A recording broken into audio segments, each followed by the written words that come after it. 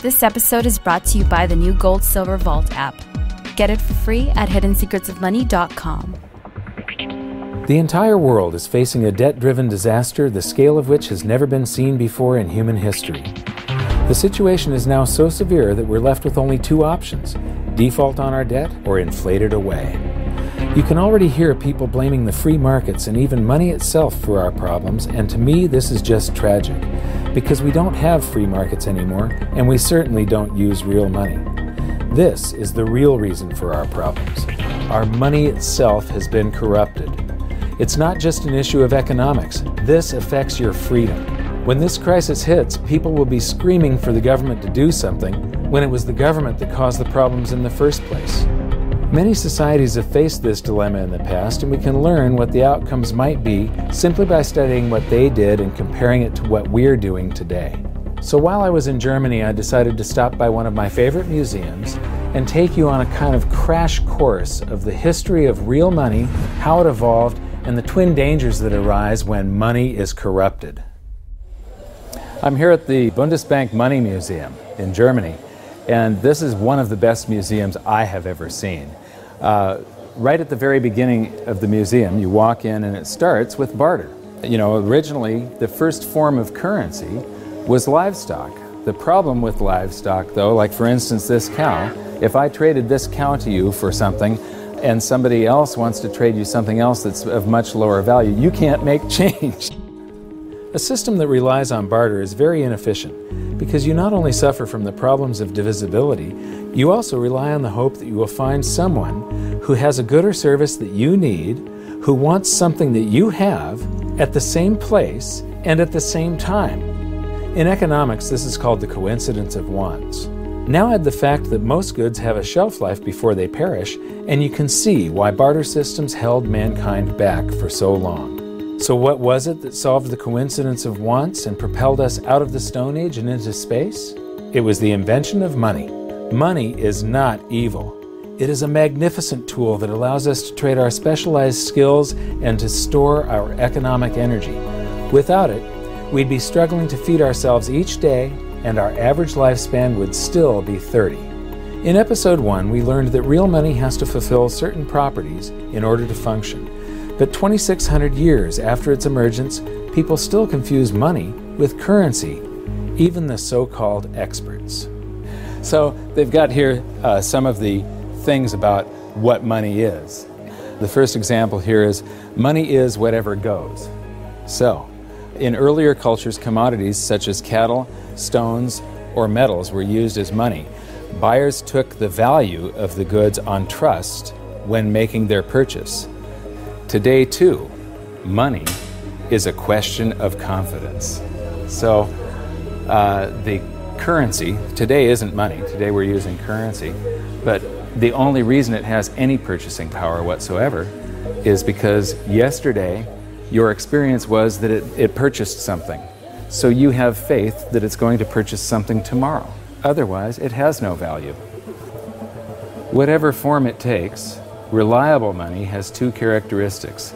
It is genuine and it is stable. People can rely on its value. Well, you know, what fiat currency around the planet has maintained its value? They all fall in value. So right away you can see the difference. They're talking about currency here.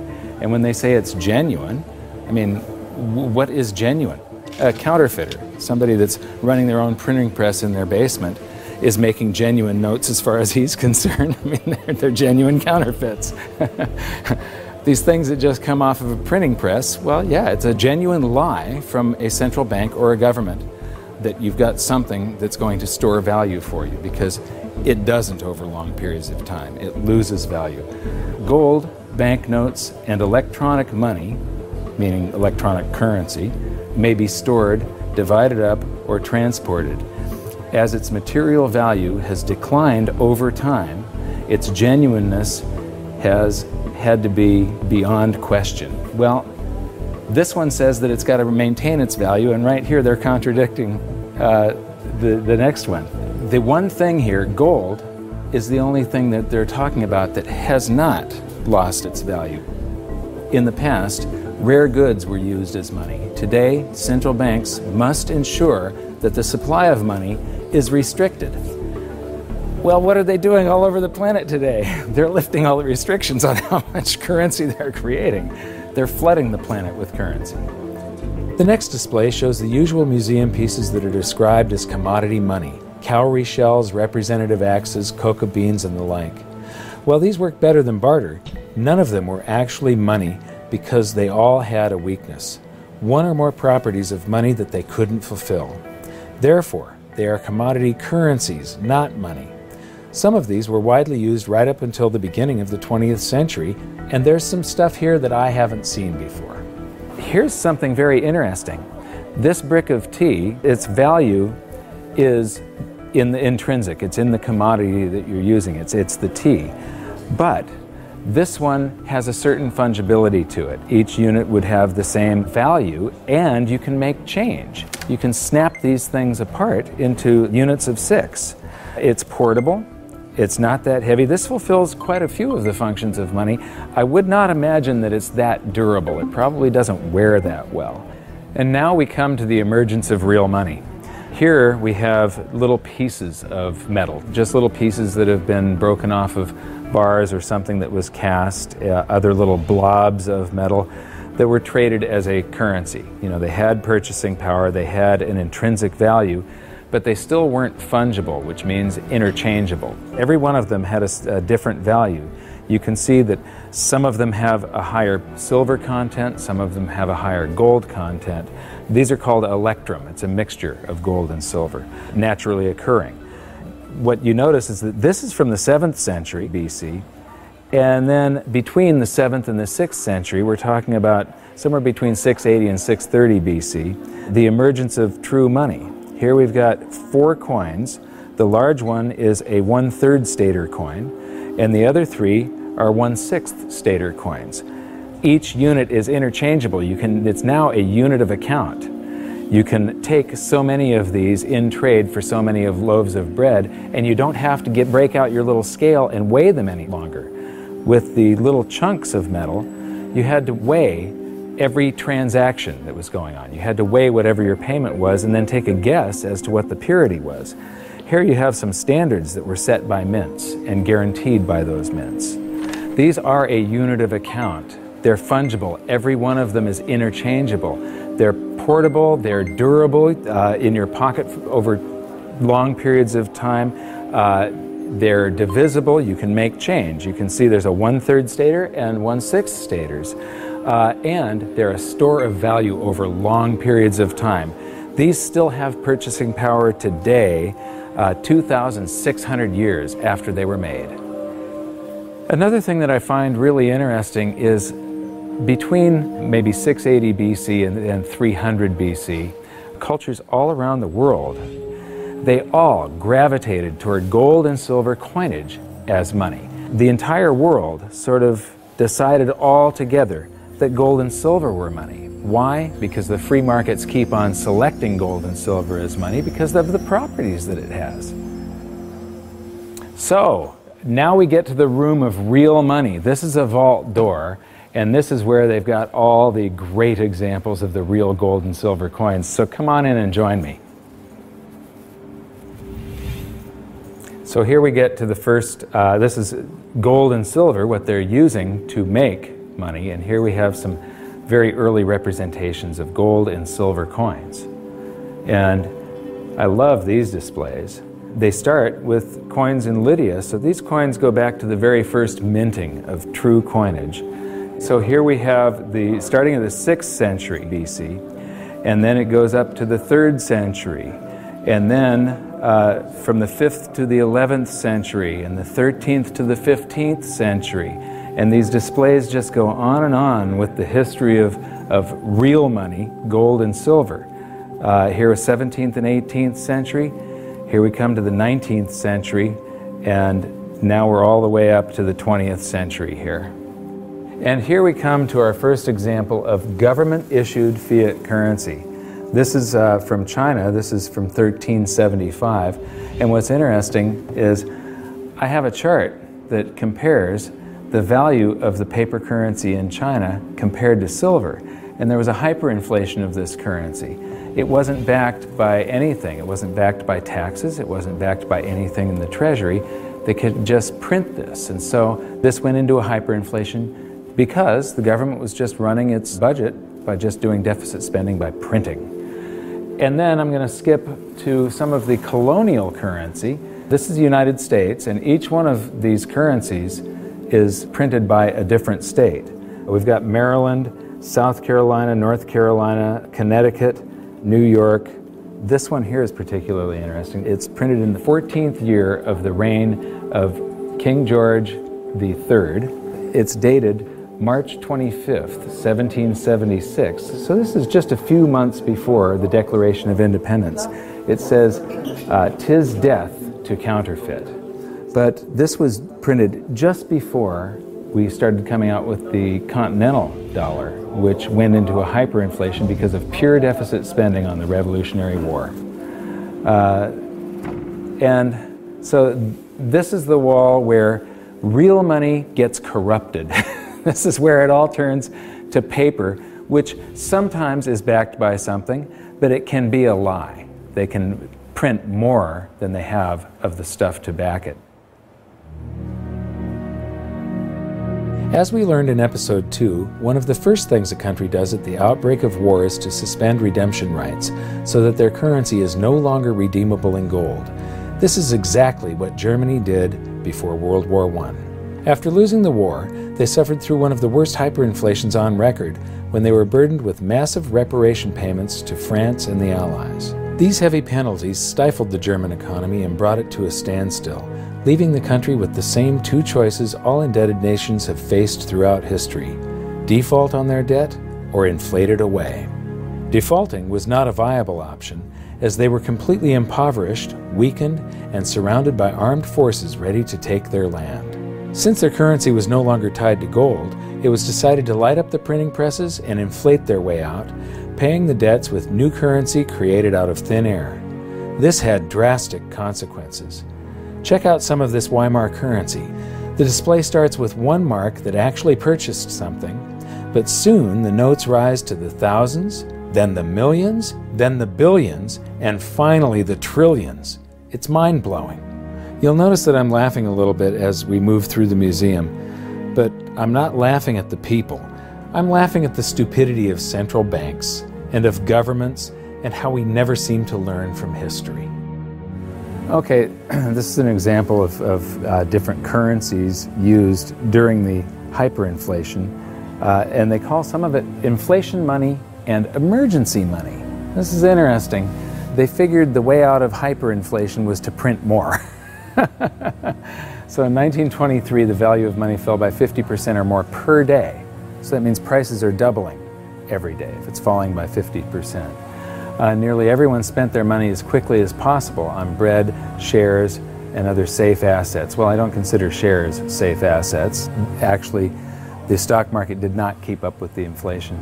However, this rapid circulation only served to stoke inflation even further. That's the function of velocity of money. It's just when velocity picks up, it's just like expanding the quantity. It's got the same effect.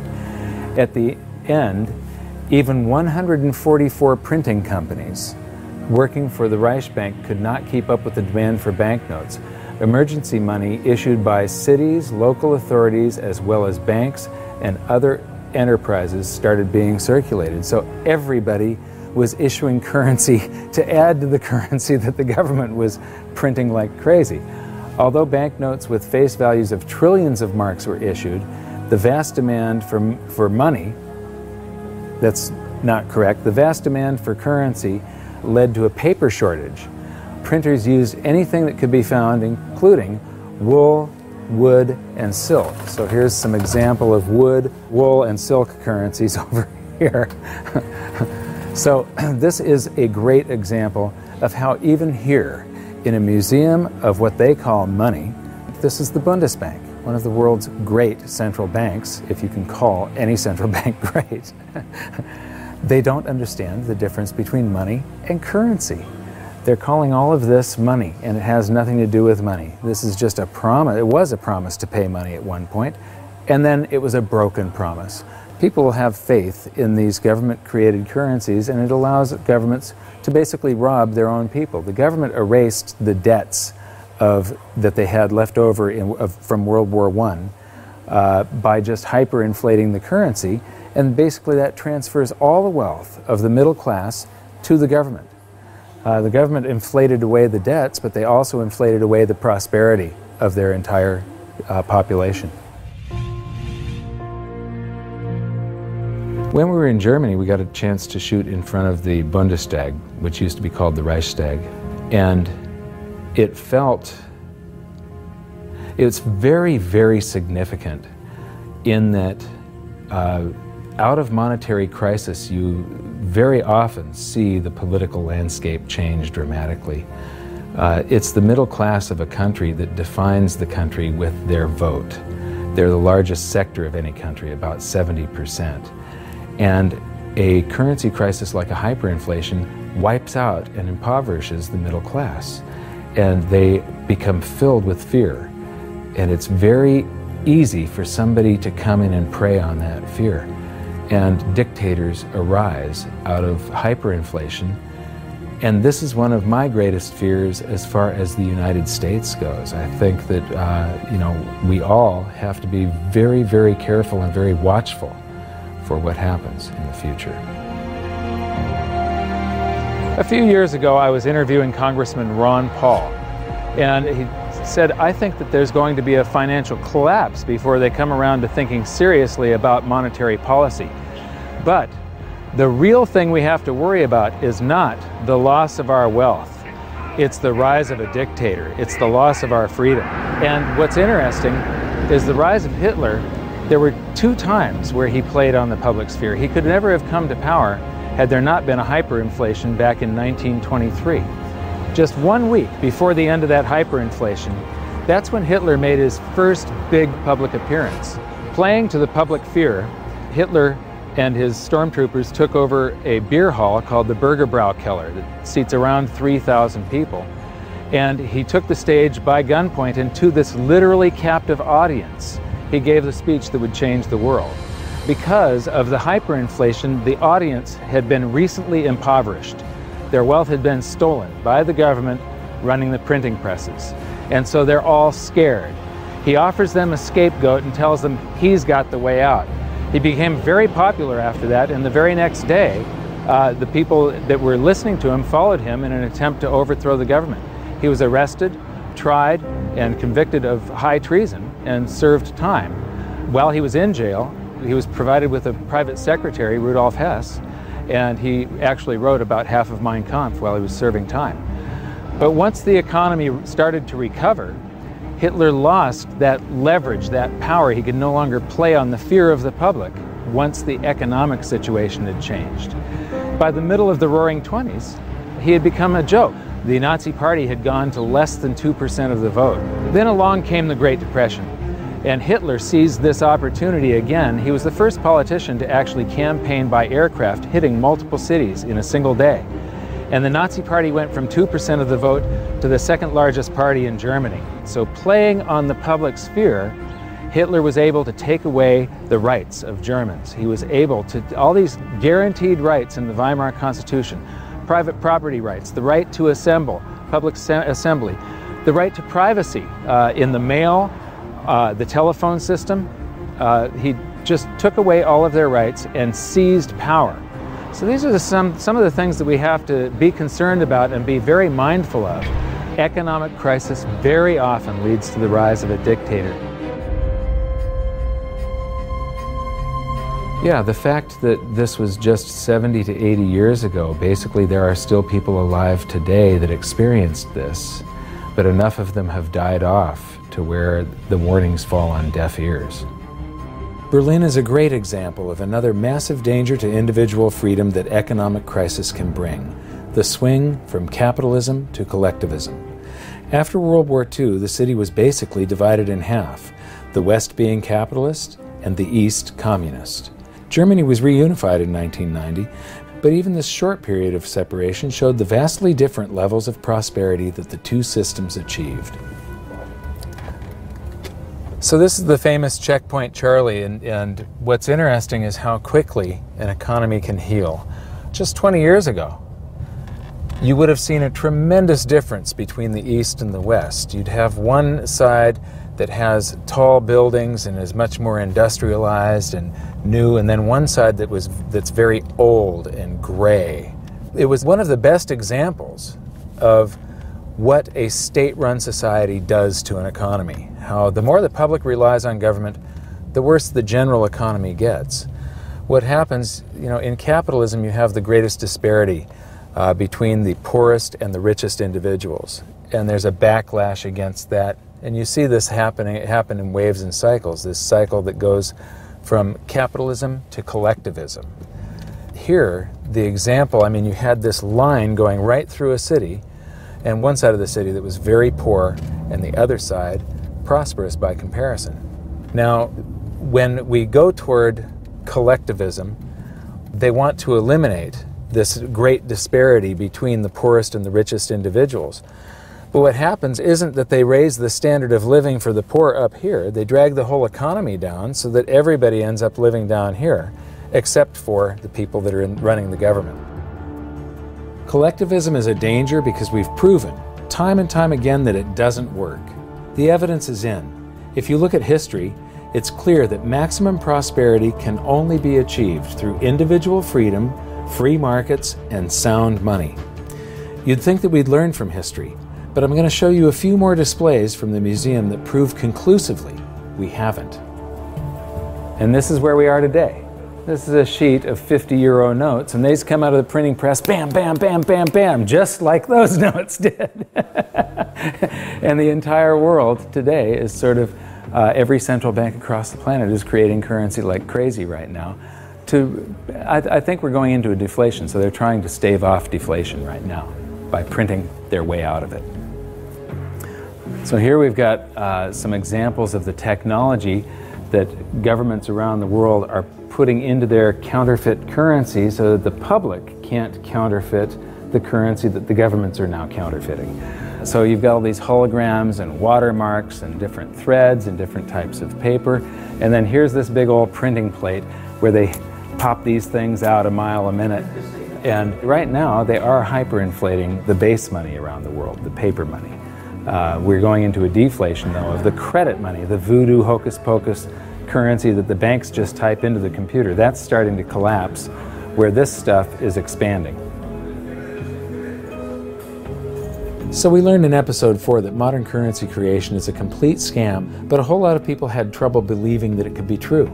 The European Central Bank has this awesome display that shows you exactly how it's done, and it's basically the same as our episode 4. So here's a quick recap thanks to the ECB. Basically, the central bank and the Treasury swap IOUs. The central bank writes a check and the Treasury issues a Treasury bond, which is an IOU, and that creates currency, and then it gets, somebody is paid, it gets deposited into a bank account, and 1,000 marks, they withhold 10%. So right here, they're already telling you that his bank account is a lie. He deposited 1,000 in it. They only withhold 100 in case he wants some of that. And then they loan out 900, which then she buys something from this guy, he deposits the 900. They borrow 90% of that and leave just 10% on deposit for him. And the result is that it expands. Every 1,000 ends up creating 10,000, or every $1 creates $10. And they've got the result here. It's all sort of a voodoo hocus-pocus scheme. One of the great things that I've noticed here is that throughout the museum they keep on proving the point that even though this is the Bundesbank Museum, they prove the point that fiat currencies that come off of a printing press eventually go to zero, that they're really worthless. This says the ideal goal of all monetary systems was to ensure that money is trustworthy and kept in short supply. Metal-based currencies restrict the money supply because metal deposits are naturally limited. However, during the Industrial Revolution in the 19th century, the rapidly growing economy needed a means of payment which could adapt flexibly to this growth. Baloney. You can have a fixed currency supply, and when you have economic growth, it means that the currency gains in purchasing power. In the 20th century, uncovered currencies, meaning unbacked currencies, have been the norm. In principle, the money stock could grow unchecked. This is why central banks must ensure that the money stock is in line with economic growth. Yeah, right. So here we've got my buddy Milton. Actually, Milton was sort of a semi-free market economist. He won the Nobel Prize, so he's considered the dean of the Chicago School of Monetary Thought, which are monetarists. They believe that we should have a Federal Reserve and it should expand and contract the currency supply to achieve stable prices. One of the problems with Keynesians and monetarists and so on is that they think you should expand it and contract it, but they never contract it. They just, Keynesian, you're supposed to spend when the economy is bad. The government's supposed to spend and stimulate and then withdraw currency from circulation to keep us from going into a bubble caused by the expansion of credit and the spending that they did during the bad portion of the economy. So they take this rubber band and they stretch it, and it's supposed to come back, but they never do that. They just keep on stretching it to infinity. And here we are, right now, where we are in the world is that rubber band is about to snap with every currency on the planet. And so I'm instability, I'm in deflation, inflation. Let me see, I'm going to cause a hyperinflation. Oh, it just went off the inflation scale. I guess I did cause a hyperinflation. Oops. And now the whole thing is collapsing. This game of inflation and deflation has never worked. Right now we're on the precipice of the whole system collapsing, and just like the game, our monetary system will reset. This is where the twin dangers we learned about may rear their ugly heads, so it's up to all of us to learn from history. I mentioned earlier that it was the invention of money that allowed humans to prosper and rise out of the Stone Age. But money is only part of the equation. What use is money if you don't have freedom? So what's going to happen? Will we default or inflate our way out of the mess we're in? Since 2005, I've been stating publicly, and I also wrote in my book, that I believe we're headed toward a series of events involving a short-term deflation followed by a big inflation or hyperinflation. If you really want to learn how this inflation might affect you and your family, join me at hiddensecretsofmoney.com for this episode's exclusive presentation. It's a special video that shows where I believe we are on this economic roller coaster of a ride and how I think it'll play out. So for now, what can you do? 1. Share this video on social media and subscribe to our YouTube channel. 2. Educate yourself by watching the rest of this series. And 3. Take action to protect yourself and your family. Learn what you can do at hiddensecretsofmoney.com. I'll see you there.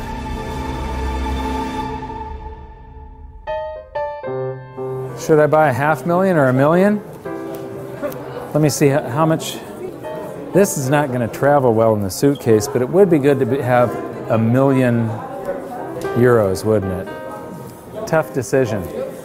So, okay, I'm going to buy €250,000. So here's €50 for your €250,000. And 7,95. Yeah. And I get change back. This is about €8 to buy €250,000.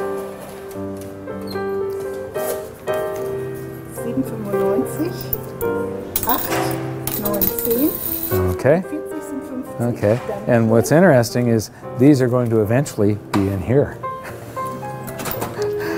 And it won't be too long before these end up like this. Oh, and we get some chocolate gold coins. Dankeschön.